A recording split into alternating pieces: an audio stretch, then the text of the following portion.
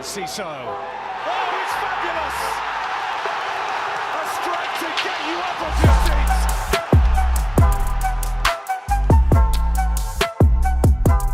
Hello and welcome to Seagulls Social. This is the Newcastle FA Cup match reaction. And Jack, 5 wins on the bounce. I believe that's the first time we've ever done that as Brighton Hove Albion Football Club. In the Premier League? In the Premier League? If we've been a top flight club. So, because I remember very clearly winning. So Premier League, there you go. Yeah, five wins in a row. We won like 8 games in a month in League One. I remember it's called like Mad March or something. Yeah, I mean we were flying. Yeah, we were flying in League One. But no, we're doing well. Sorry to ruin your stat there straight away. No, well, Premier League. I did caveat Premier League just to say it. But top flight, 5 wins in a row. Things are going well, Jack. We are doing very well as it stands. Life's great. Talk to me. How are you? Yeah, I mean, I think I've just about calmed down from that game. That was a very intense game of football, especially being in the stadium. You know, like at the breaks and extra time when everybody sat down, like people looked like emotionally drained. Mate, I was emotionally drained and I wasn't there, so it was an intense game. That. And then I don't want to do a game like that on a really heavy hangover again. That was like I genuinely thought I was gonna pass out at one point. But surely you want to go out after. I mean, I know lose probably. Well, that's going out the night before probably isn't the best idea, is it? Jack? No, it's not. It's 1:45 kickoff on a Sunday. It's not going to help with that, is it? So, but I thought I was going to pass out after we scored. I was not in a good way. You think when you ride off a hangover and you realise like, oh, I'm not hungover. I'm actually just still pissed. And then like halfway through the day, you're like, oh shit, no, I am hungover here. Actually, I am, and I think that happened when Minter. Not have a bit of the hair of the dog, a little bit. Oh no, I topped it up with like 3 Guinness, but my body was still saying no. It was still saying die. No entry. Yeah, no entry. No, occupado. But yeah, no, it was it was a great weekend up in the Toon. Yeah, nice. Obviously a huge win. I feel like we've sort of a little bit got their number now. I feel like Newcastle this season. I feel like Herzler has worked out Eddie Howe a little bit because we've had some good results, especially at their ground. I mean, 2 wins. Danny Welbeck seems to love playing them. Obviously, said that he's a Mackham at heart, which was quite funny. I think rattled a few Newcastle fans in the process. But it feels like things are really clicking for us, aren't they, Jack? I know we mentioned 5 wins in a row. Before we get into the game, just generally, it feels like the togetherness is different. There's something in the air. There's something, since that 7-0 loss at Forest, it feels like things have just clicked into place, and that togetherness in the squad is amazing. I don't know if you saw the celebrations in the change room after, but it just looks like the club is in such a great place, and it just feels like something special might be potentially brewing. I don't know if I'm talking too soon. No. I mean, let's not talk too soon. I mean, we've got to lose at some point again in our history. So, 100%. But something's obviously clicked. I think everybody sort of knows their roles. We're really sort of trying to play a certain style. I'm still not 100% convinced what the style is. It seemed a lot more counter-attacking based, and the midfield. I think the big problem for Herzler in the first part of the season was he just couldn't work out his midfield or sort of what he wanted to do with it. And now we sort of seem to have a pretty solid idea with Belieber and Hinshwood or Iyari. And it just seems to be clicking really well. I mean, Diego Gomez came on again and made another great appearance. You've got so much quality now that, we can intersplice and change it around. And I think, some players are finally hitting form. I think Minter had a on-off start to the season. He's doing really, really well now, and sort of, he knows how to score, he knows how to hit the back of the net. So, just, keep up the good work, basically. No, 100%. I think, so like you said, something's just clicked, I feel like. And Herzler's, I think, finally starting to realise what his starting 11 is, what system he wants to play. I feel like it's all just slowly starting to tick. And it's great to see him getting a bit more involved. I know the players are sort of forcing him to get involved. But it is nice for him to, like, at the end of the games, getting involved with celebrations and, seeing that connection with the fans as well. I think that's really key to get people behind you, is to connect with them, isn't it? Because otherwise you're going to get a few people sort of doubting your loyalty, or is he really connected with the club, right? How people are quite fickle sometimes. But no, it's really nice to see him getting involved as well. So it's all great signs. But Jack, he didn't get off to a great start yesterday. Cooper Minter, who you talk about, who's been brilliant. I think he's been brilliant defensively recently. I think the way he's been tracking back, he's been brilliant. But I think it's one of those over-eager challenges, wasn't it? You know, like when you're trying to impress a little bit, and you're obviously his old club, Newcastle. Maybe he was there. He's like, right, I want to make a big impression. I want to, really, really, full of energy. It's a big cup game, and maybe he just went into that challenge a bit hastily. It was a very rash challenge, wasn't it? It wasn't. I don't think he'll look back at that and go, "Yeah, that was some of my best work." It was a bit like I did. Minter very, very good, but he does still have the. He does do some stuff sometimes where I'm just like, "What on earth are you doing?" And I think, he sort of he's just sort of overreached a bit and probably caught Livramento. It didn't matter in the end, but it was a bit of a silly decision, but it all sorted itself out in the end, and the little bit of a frantic start, the frantic game from the off, really. We had a few chances, they had a few chances, end to end. It was a proper cup tie. I really, really like. A great game for the neutral. It must have been amazing for my ticker and my heart. Not so great. Oh yeah, but for the neutral, it must have been an unbelievable game. Oh, the cracking game, and I think the last two games, not to go back to the Bournemouth game, but I think we've had two really, really good, exciting games with exciting players, exciting teams, two teams that did want to win it, and I like that from Newcastle as much as, we beat them and got various complaints about them, but whatever, we both wanted to win the game and we both gave it our all, and it was really good to see. Yeah, no, great. Two attacking teams with lots of quality on show. You look at, again, we don't really usually talk too much about the opposition, but like Newcastle, they've got some incredible players. They had Bruno Guimaraes come off the bench, and he's a top quality player. Obviously, Isak is a world-class striker. He's arguably the best striker in the Premier League. And you saw with his disallowed goal as well, the way he can sort of just get no backlifting, he just sort of pings it first time. It is incredible. It's the signs of an incredible striker. But I feel like we dealt well with Isak. I think after the obviously his penalty and the disallowed goal, I feel like we done quite well. Would you agree with that? Yeah. I think we sort of really controlled the game quite well, and we sort of came back from it and didn't really stop in our stride. We started creating chances. I think the Minter goal came out the blue a little bit. I think we were discussing how we hadn't had a shot on target all game. But, it sort of came out the blue. Lovely finish, I thought. Took a bit of a deflection, but, it's quite hard to actually score in that situation sometimes when you're one-on-one. So, he did really, really well in that situation to sort of, drag us back into it. And what do you think of the no celebration? There was a lot of talked about that. People said, I'm sorry, he didn't play one single game for them, but no. I respect that he was trying to be respectful.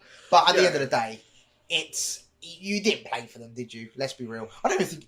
Did he even go for like a training session with them? I don't know. Because it would have been. It was on loan, wasn't it, at final, and then obviously it came to us straight after. So I don't know. But no, I respect him for trying to be respectful. But at the same time, come on, it's a big cup, big cup goal. I know it took a big deflection, but he did all the work, and great play by Joe Pedro as well. We've got to say.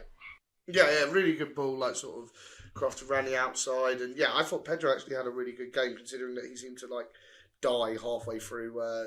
Oh my god! I feel like the last 20 minutes of the extra time, he was just an extra passenger, which I felt bad. Yeah. Do you know what? Fair play to him. He still kept going. You could tell he was really, really messed up, but he kept going. Fair to him. He was shagged, wasn't he? That's the best way to describe it. Shagger. He was absolutely done for. But it was a really good contribution, and actually I'm sure we'll get onto it, but a great contribution to the second goal considering he was half dead to sort of win it back and play it out wide. So really good. No, really good. 100%. That's one thing I really rated. You could tell he was physically done, he was spent, but he just kept going. And one part of me was like, please don't get injured. Don't aggravate an injury if you have got one. Yeah. Please don't aggravate it. Please don't aggravate it. I don't know.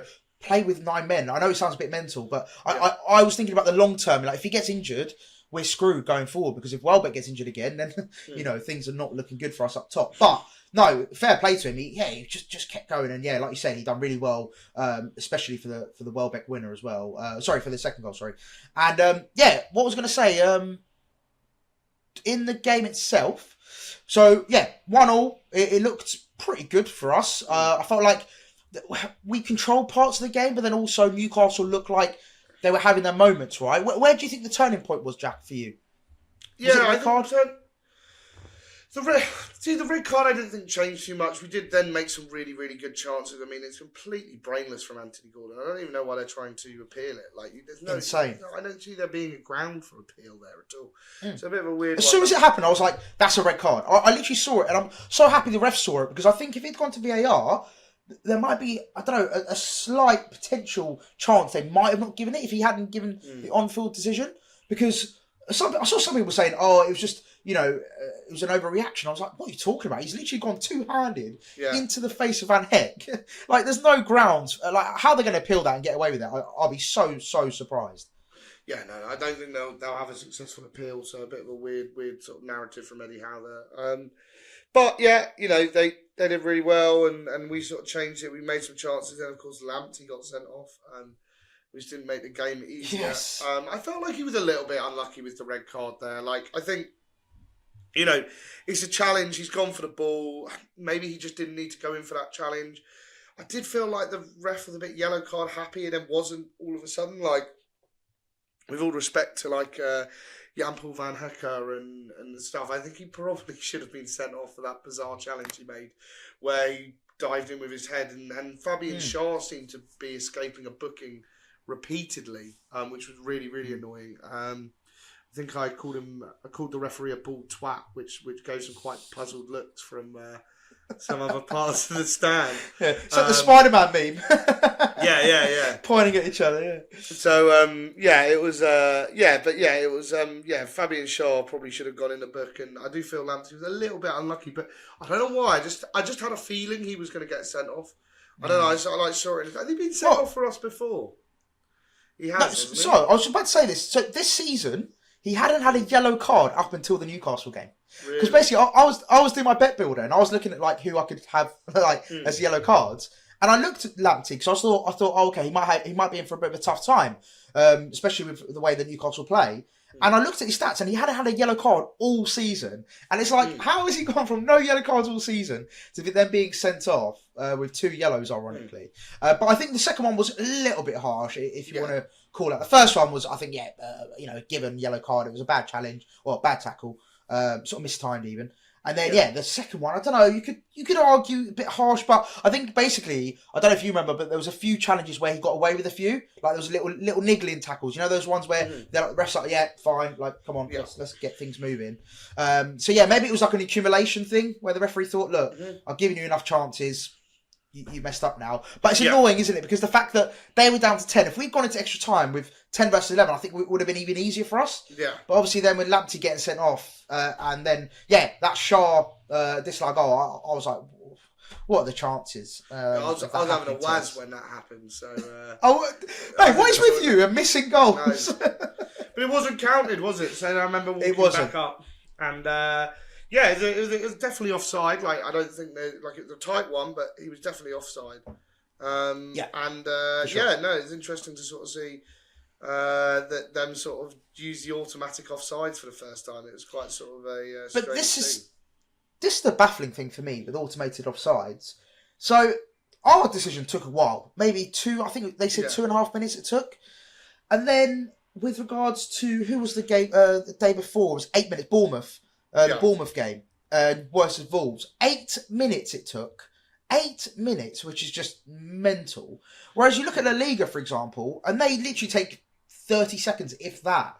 So I don't know if it's just because we haven't used it before and they're getting accustomed to it, but isn't the whole point of semi-automated offsides for it to be like super quick? I don't really get it. You would hope so, wouldn't you? And that was a bit of a strange one, but I just presume it's like a technical hitch of the new technology. It did seem to take a while. I thought it'd be very quick. And then, of course, for the first time, that something I've come across was that them announcing the decision from the referee over the tunnel. Like NFL style.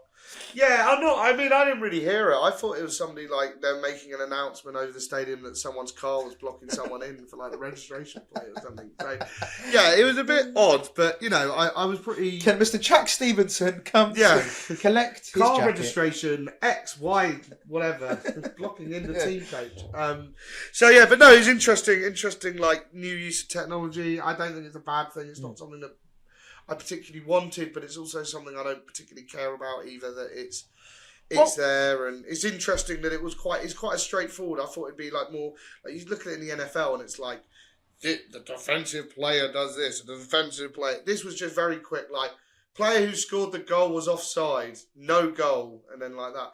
And it's a bit weird hearing Anthony Taylor's voice. I don't think we feel like we as fans should ever hear referees' voices. Like, it's like an unwritten rule. We shouldn't be treating them as humans. Like, we should be treating them as... That's what they are. No, but on that though, I agree with you. I think it's good for me, the key thing is communication. So when I'm in the stadium and I don't know what's going on, I get frustrated because I'm like, why has that been disallowed? Why was that? What was the decision? And I know that at Amex now, obviously, we get on the screen where it's written, isn't it, from the VAR centre.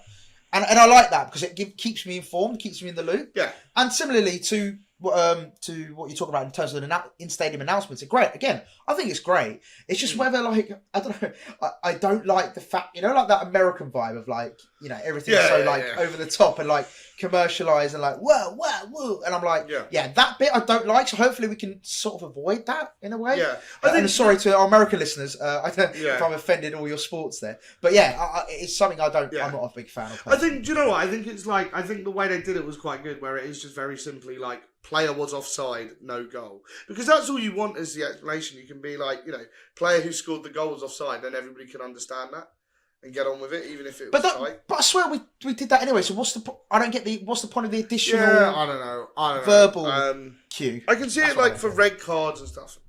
I don't know. It's a test period. Maybe if they explain it a bit. I know what you're saying is simple the better, but also at the same time, I do want to know, like, if he just goes, player was sent off because, of a dangerous tackle. I mean, I can see that with my eyes. It's like, I want a bit more elaboration, do you know what I mean? This is the hope with the automated offsides, that it will make decisions, like, quick and simple, because we don't need an explanation if the automated offsides literally said. No. The automated offside, if it does it in a minute and it just goes, well, it's offside, then nobody's really going to debate it. Nobody really wants to hear another reason. Now, obviously, it could get slightly different in the like, when you've got offside for player obstructing the view of the player and something like that, and whether that's determined and etc. But I don't know. It'll be interesting to sort of see how this technology gets used. But I don't really notice a massive difference considering there was two pieces of new technology used in that game. No, and that's good. As long as it doesn't interrupt the game, I think that's the key thing for me. As long as there's not like the 8 minutes. As a fan, I would have been so frustrated if I was a Bournemouth fan or a Wolves fan being in that stadium. It would have been the most frustrating thing because you're just like I saw some of the chants, like a little sped up like version of the 8 minutes, and it's like people, the players standing around kicking a ball about. You've got the fans going off like, what the hell's going on? It's it just ruins the whole experience, and that's what you're there for, right? As fans. But anyway, it was offside. Offside is offside, as we are very grateful for, even if it was a bum that was keeping him, kept him offside. And what was it? I think one of the commentators said something about one of our players pushing him into an offside position or something. I don't quite remember that. Yeah. The dark arts. The spirit of Veltman lives on, whether he's not in the team or not. The spirit still lives on. Big fan of that. But going into extra time, Jack. What were your feelings like? 'Cause obviously, 1-1, both teams down to 10 men. How were you feeling at that point? Were you confident? Did you feel like we because you never know in extra time, do you? And if it goes to penalties, etc., it's a horrible place to be. Yeah, no, I think going into extra time, it was sort of like a feeling of... But you know what I felt like? I don't know why it was this weekend. Like I said, I just had a feeling Lamptey was going to get sent off. I just had a feeling that... we were going to score. I don't know why. I just thought felt like a good feeling. I felt like we were pushing well, and I felt like we were going to get a winner there. And I think it was a very disjointed because both teams were down to 10, and they were sort of, it seemed that when teams had the ball, everybody dropped, and it was almost like a game of chess. You almost went forward and then played it around for a bit, made a chance, and then went backwards to defend. And I think it made the game quite frantic, and there were lots of counter attacks. But Newcastle definitely looked like they were tiring. I don't know whether the extra day's rest sort of made that additional, and because we had an extra day off, and they suddenly looked a bit tired towards the end, whereas we looked a bit more, we had a bit more fitness in us and sort of pushed on, really. Yeah, talking of extra time, obviously, I felt like we created some... There was that one play where Diego Gomez had a great strike, and then Dubravka made a really good save, and then I think the ball went back in again, and who was it? Then it was like a handball shout, which it wasn't a handball on Tino Livramento. But there was that little spell where like we looked really, really in the first half of extra time. We looked in really, really good nick, and it was surprising because, like we said, with João Pedro pretty much out the game, we were ultimately playing with 9 men, and I thought the fact that we were defended so well, and we created so many chances that we did, and it was great to see players like Solly March, for example, getting well. I know got an assist for Danny Welbeck in the end. Diego Gomez playing really well. What are your thoughts on the subs coming on? Yeah, I think the subs across the game are quite good. I always get worried when Belieber comes off. I always think it's like, I like Belieber a lot. I think we don't have a player with his profile at all other than him in the squad. And, when we brought Diego Gomez, thought, we might lose a bit of bite in midfield. And Diego Gomez seems to be fulfilling that role that Belieber does really well. And he had a really good opportunity to score, and a fantastic save from Dubravka that prevented him from doing so. I thought Gruder came on, and Gruder, I thought, we want to stretch the game. Gruder isn't a quick player. Came out on the right, and I have preferred him central a little bit more, but I think he's more suited playing centrally. But he did really well, sort of holding up the ball, played a big part in the second goal, sort of playing that ball across to Solly, and I think they all sort of made their impact, and March just sort of gave us these extra legs, and he's a bloke who works really well defensively as well. So he did really, really well, and I thought he got the subs really spot on again, which is which isn't always the case for Herzler recently, but he did well. And I thought a really interesting one was bringing on Weaver at fullback. I don't think anybody saw that coming, and he did really well in that. He's done a really good job. Really 100%. He done really well, and I was really happy for Weaver as well, because I feel like he had a tough time, didn't he? We all sort of gave him a bit of a tough time as fans, just because of his performance, and I think he's probably the first to admit they weren't up to probably his standards. I'm sure he's got very high standards. So it's really great to see him come on and do that. I think he had a really good spell, didn't he, for a couple of games? He looked really good, and then Leicester is unfortunate because we threw it away, and West Ham, he came off injured, but he was doing really well with Belieber. So I think he'll be a bit disappointed with his performances there and being injured for a long period. But he did. All fair, all power to it. And also, Jack, talking about stretching the game, you mentioned stretching the game with Gruder, for example. I was actually not surprised, maybe, but Adingra. Now Adingra is obviously one of those players where you could argue he's obviously pacier than Gruder, very direct. Can take on his man. It was interesting why he hasn't been getting a game recently, and it's a strange one for me. And I felt like in extra time he could have been a perfect sort of guy to stretch the game. Really go at the attack. Like you said, he brought Gruder on instead. So were you not surprised by that? But what do you think it is about Adingra? Because I feel like he's just not getting the game time maybe he wants, and sometimes the fans want as well. Yeah, Adingra, he's a funny one, isn't he? Because we've got quality in other positions, so he is going to always struggle to get in because we've got so much quality, and especially I think he's one of the biggest victims of having the larger squad. I think he is a very good player. I think he knows he's a very good player. I think the club knows he's a very good player, but you do wonder where he fits when everybody's on form. And maybe I don't know. I think he's one of the players who might be looking for a move in the summer, and good luck to him if he does want to move on. But if he wants to stay, he's a really, really good asset, and I think he's well up to it. I think there was a period where I think a lot of people were calling him back in the team instead of Matoma, because Matoma wasn't quite providing goals and assists, and Matoma's grabbed that opportunity and just gone I'm going to score every single game now. And, back off. Yeah. Get away. Keep your distance, lads. So, he's been fantastic, and I think he's going to struggle to get into the team. Even Minter's doing really well. So, it's going to be an interesting one, isn't it? It'll be interesting to see what's done with him. I like him as a player, just can't see where he fits in the team at the moment.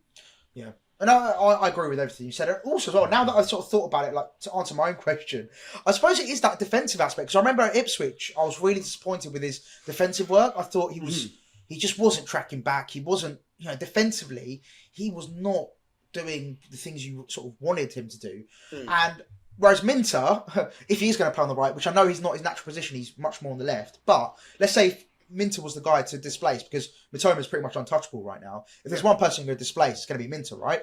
But whereas what Minter gives you is that defensive stability as well as going forward. So, until maybe it didn't grow improve. Maybe that's what Herzler's seeing, and he's saying, look, defensively, we need to be solid. So, and you're not giving that to me when you play. Maybe. I don't know. That's just one thing I've sort of just thought about now, sort of answer my question. But anyway, I think regardless. I think, the defensive aspect, Solly March, for example, is a great defensive winger, plays really well defensively. So, I think he's gonna struggle in that sense. But, all power to him. And if he works hard, he can always get that place back. And I think we just got to... No, 100%. He's got to wait it out. I'm a big fan of him. I'm a big fan of him, but you're right, Jack. I think he's just, unfortunately, the competition is just way too strong in that position. And he's just unlucky in that respect. But let's talk about the winner. And what a moment it was. That guy, Welbs. What a guy. The Mackham at heart, as he said himself, to rustle a few feathers of Newcastle fans. But it was great play. And considering the time of the match, and like you said, we had tired legs, you could tell a lot of the players were just like literally running on empty. And I think both sides at that point, probably before the goal, Brighton would have taken penalties all day long, I think, at that point. So I felt like, it was just one of those games where sort of like you said, back and forth. Is anyone going to sort of take their chances? But Welbeck was fantastic. Solly March involved as well. Just an all-round great goal. And I saw some people saying, it was a bad finish because it came. I was like, what are you talking about? It was one of the best finishes I've seen in a long time. The way he sort of chipped over it, considering the moment in the game, the angle he was at, quite far off to the right. I thought it was a fantastic finish and great goal all round, Jack. Yeah, amazing finish. If you look at it, he almost kicks it with power and chips it at the same time. I don't really know, and it sort of goes into the roof of the net. And I just went completely delirious in the away stand. I can imagine. That was just after a game which was an emotional roller coaster, to just suddenly see Danny Welbeck hit the back of the net and to sort of the celebrations and everything. It was a special way to end a great weekend, and it was sort of it was just I love it. I think there's nothing more satisfying that you get shoved up in the gods up at Newcastle and you're miles away from it, and I just think it's great when you get that opportunity and to score a winner with everybody down below, and it's sort of, you feel like you're a tiny portion of what is I think one of the best stadiums in the country to watch football. The atmosphere can be really, really good when they want it to be, and to do that was something special. Yeah, and it just makes everything worth it, right? Obviously it's a long journey. Oh yeah. Like you said, you get stuck up in the gods, and you got to go up about 30 million flights of stairs. Oh yeah. So it makes everything worth it, right? And when the cup draw was announced, it was sort of 2 weeks to get yourself to Newcastle, and the trains were up the creek, and hotel prices, whatever, and there are a few hearty souls who bothered who came up to travel, and everyone put the effort in, and I love the FA Cup. I think it's great. I think you really can get up for the games, and people really want to get involved with the FA Cup, and for me, I thought it was amazing, and it was it was very sort of, it reminded me of Brighton of old, before we used to sell out every single away end, and it's sort of, these very dedicated bunch who have tried to support, people who are exiles far away, and, there were some interesting journeys, talking to a few people, got up at 5 a.m, ridiculous time to get up to Newcastle an hour before kickoff, and I just think it's it's the best of what our football club offers is that. And genuine shout out to Sam Osborne, who was on a stag do in Porto, changed his flight to go from Porto to Amsterdam to Newcastle. No sleep, went straight from the night out onto the plane at 5 a.m. Got to Newcastle. He looked finished, to be fair. Sunglasses on in the middle of the away end. And then got the train home, and there was a signal failure at Retford. So his train was 4.5 hours late into London. Got back to London at 2:44 or something ridiculous like that. Ouch. And then had to get the first train back to Brighton at 4 a.m. So I think he got home at 6 a.m. this morning. So a huge shout out to him. I didn't get the train home for once. I actually got a lift, and thank God I didn't. But you do think some of the stuff we go through to watch Brighton is absolutely unhinged behaviour. No, 100%. I think you have to you have to be a different breed, I think, to sort of follow Brighton week in, week out. Yeah. And I mean that I mean that in the nicest way possible. Like, it's such a, to have that kind of dedication and have that kind of will to follow your club all around the country. It's a massive shout out to every away sport who does, home and away every week is insane. And I think it really comes across when we play at Newcastle to the players. I think they know how far everyone's travelled up to Newcastle, and how dedicated the people are that travel. And I think it means a lot to the players to see us there at Newcastle, tucked away in the corner when we really do need the support at a stadium like that. And I think it's you always see with the celebrations. I remember seeing it in October when we played there. It's a great celebration from the fans, sort of, with the fist pumps and everything, and it sort of shows how much we're valued by the players. And like you say, there's a lot of togetherness, and you sort of you see everybody really into it, and it's great. It's great. I think it was probably my favourite away game of the season so far. It was just a great weekend all round. I can imagine it. Yeah. Yeah, I can imagine it was amazing, especially the manner we did it in. Was it 116th minute, wherever it was that Danny Welbeck scored. Just the way that it went. I'm sure there would have been a lot of nerves, but it was all worth it in the end. And fantastic result, massive result. Like, considering the teams that have now been knocked out of the FA Cup, this is a real chance, genuinely, for Brighton to win their first ever trophy, which is insane to think about. And I don't want to think too far ahead because there's still some quality teams left. The likes of Bournemouth, Aston Villa, Man City, of course. Like, there's some real quality teams left in there. And then, potentially Crystal Palace. Crystal Palace are on great form at the moment. There's still a long way to go. But Jack, we're in the draw. That's the key thing. And Forest or Ipswich, which could have been way worse at home. It could have been way worse than that. What are your thoughts on Ipswich or Forest? I know they play tonight, but is there a one you prefer over there? I feel like, do you know what it is for me? Forest as like a redemption arc or villain arc story to get them at home and avenge that 7-0 defeat, I think would be amazing. Ipswich may be the obvious choice. Yeah, I mean, I think we'd all prefer Ipswich probably. Although we didn't beat Ipswich at home, so it's no given. I think they're both going to be hard enough in a ways. I think everybody except for Preston in this whole situation was going to be a hard draw. I don't know. I just think it's we want to go out and win. I think it'd be a great story to sort of redeem ourselves by beating Nottingham Forest. And it's the cup. Everybody loves the cup. I love the cup. I think the FA Cup's I think it's almost like sacred, really, like among football fans. And I think the way the Premier League has been in the last 20 odd years, winning a title is almost unachievable. Like, it's not achievable for most clubs. It's even Arsenal, as much as it hurts me to say it, very well run, good transfers, decent manager, decent side. They're not anywhere near winning it yet again, and Liverpool have only won it 2 out of with one of the greatest sides in their history. And I think it's sort of this unachievable aim of not being able to win the league means that a lot of the smaller teams, especially this season, and I've noticed over the last couple of years, they're really throwing everything into winning an FA Cup. And you look at who's there, and I think winning a trophy is something that 90% or a major trophy at the very least. No disrespect to the Johnson's Paint Trophy, but it's not the be all and end all. And it's not the pinnacle, is it? No, although I still think they should give the Conference League spot to the winners of that. But anyway, that's a story for another day. And or an extra Conference League spot. But you've got this opportunity for so many smaller teams to win a trophy, and even a club like Aston Villa, who are a big club, and Newcastle United as well, to win a trophy would be huge for them. It's sort of they've had a lot of success over the last few years, but the last piece of that puzzle would really be a trophy in that cabinet. And you've got teams who have never sort of really been around that heady heights, and it's just a great opportunity. I think the FA Cup has been amazing this year. I've followed. I've watched a game probably.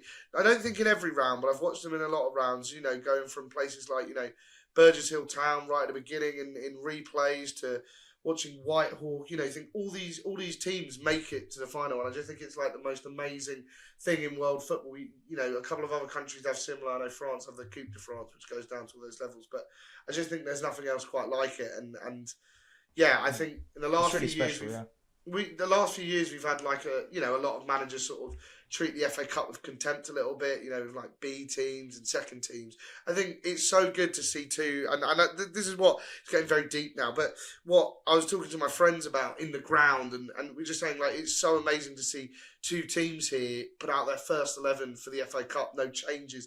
They're like, we want to win this, we want to do everything, and yeah, it was quite special to see, and hopefully we can go all the way. But if we don't, I think it's still been a great season in the FA Cup. And No, we haven't had any. We haven't had an easy run in the FA Cup. Like some teams have played a League Two side, a League One side, and a Championship side. But I don't know what that team is. But whereas we've had to play like Norwich and Chelsea and Newcastle, and yeah, let's keep it going. Mm. Yeah, no, I think this year it feels like this is the best year to try and win it, because respectfully to all the other teams, obviously on our day, I feel like Brighton Hove Albion can beat anyone left in this draw, even Man City, Aston Villa, Bournemouth. Like we've shown that we can do it against these sides. So I feel like this year is the best year to try and win that FA Cup, and I feel like the way it's all panned out, all the big teams have gone out, or like the Liverpool, or basically Liverpool have gone out. It's given everyone a chance to basically try and win the FA Cup. So yeah, I'm very excited about the next round. Hopefully we can emulate that at home as well. It's great having a home time is always nice. I think, especially at this stage of the competition where the semi-finals would be at Wembley. So yeah, I think it's the last chance, and it's sort of to get that crowd up and going. Where you say like we could beat anyone on day, it's also the case that I think most of the teams left in it can beat anyone on their day. Like I think there's you look at all those ties, and except for maybe Preston versus Villa, that's the only time it sticks out to me is that's a foregone conclusion. So yeah, no, I think it's a great year for the FA Cup, and no better time to try and win it. Exactly, Jack. Exactly. But yes, we have got Fulham coming up in the Premier League as well, which is a huge game. That's interesting because we don't really have the best record against them. No. Do we, Jack? To say the least. No, so yeah, that's going to be interesting. Records are there to be broken, aren't they? Records are there to be broken. Exactly. We've got our 5 win in a row record in the Premier League. Can we make it 6? Can we just extend it? Can we make it 13? Who knows? Yeah. But we shall see. But no, I feel like we've covered everything in the FA Cup. A great day out, Jack.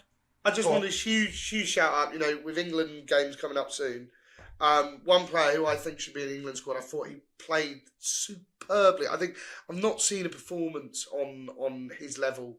He was like a player who's played 300 games and for years and years, and just thought he absolutely dominated plays. Jack Hinshwood was absolutely fantastic in that game, and he, Tuchel was in the stadium watching, so you would hope that he's got.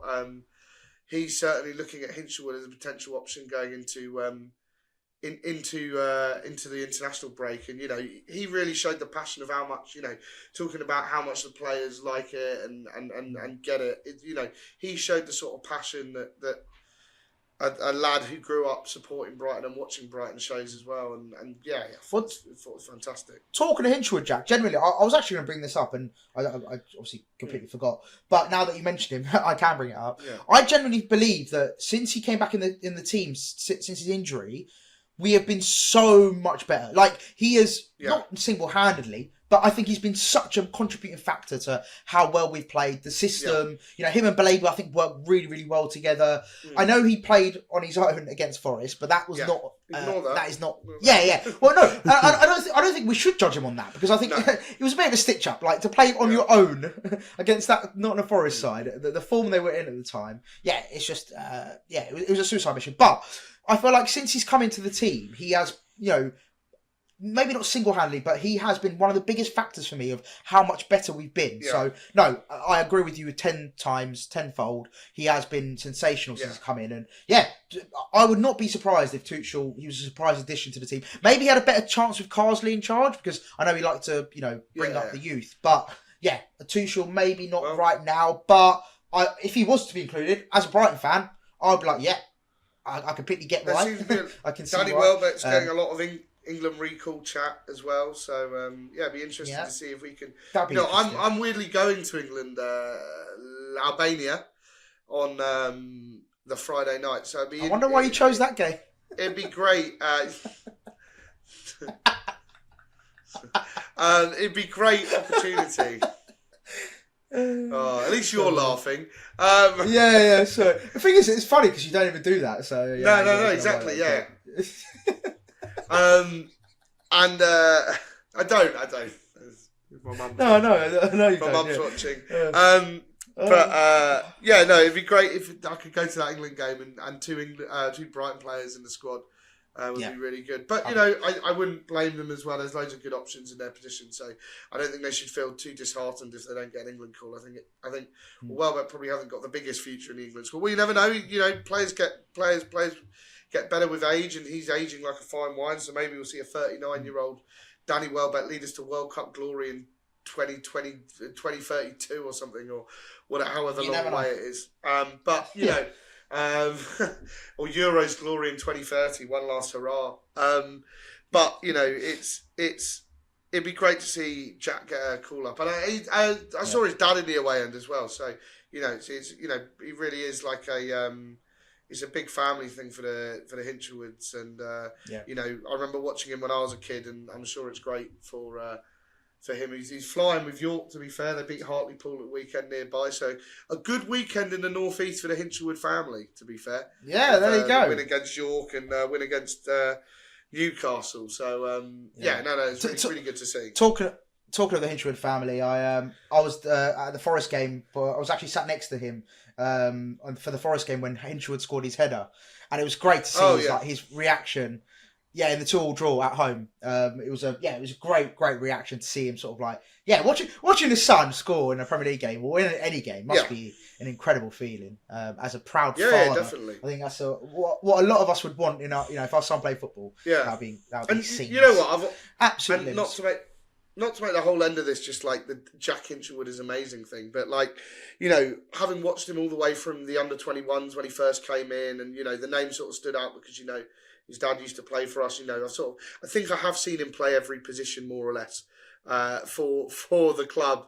I've seen him play striker. I've seen him play centre back. I've seen him play all over. I think goalkeeper's about the only position he hasn't played yet. And I think it's great to sort of see a player who we know has been with us since under sevens, and same with Newcastle because they've got Lewis Miley who's in a similar position who sort of played with them since under eights, and it's great to see sort of this academy really getting its talent and this amazing talent that's sort of been discovered and nurtured and made into the player that which he is now. And I'm going to call it now, Jack. I'm going to call it now. He's going to be the next Lewis Dunk, mate. As in terms of being that kind of stature, club captain. Loves the club, stays at the club for a while. I can see it. I can see the vision. Yeah, I can see the vision.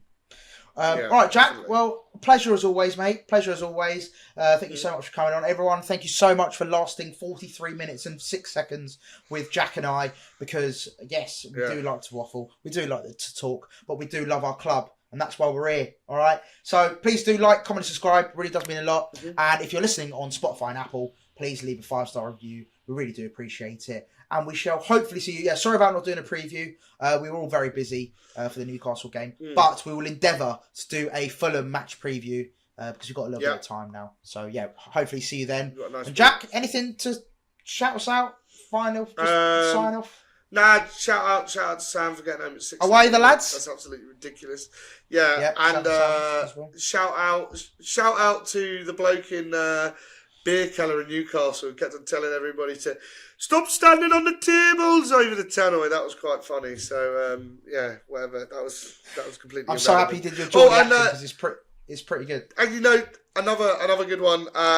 Shout out to everybody at Dunstan UTS Football Club. I mean, I don't think they'll be watching this, but I went there to watch a game on Saturday, and they were all really, really nice. And I had the best curry and chips, like curry sauce and chips I've ever had in my life. It was spiced so well. Oh, it was beautiful. North East, they know how to do their curry and chips.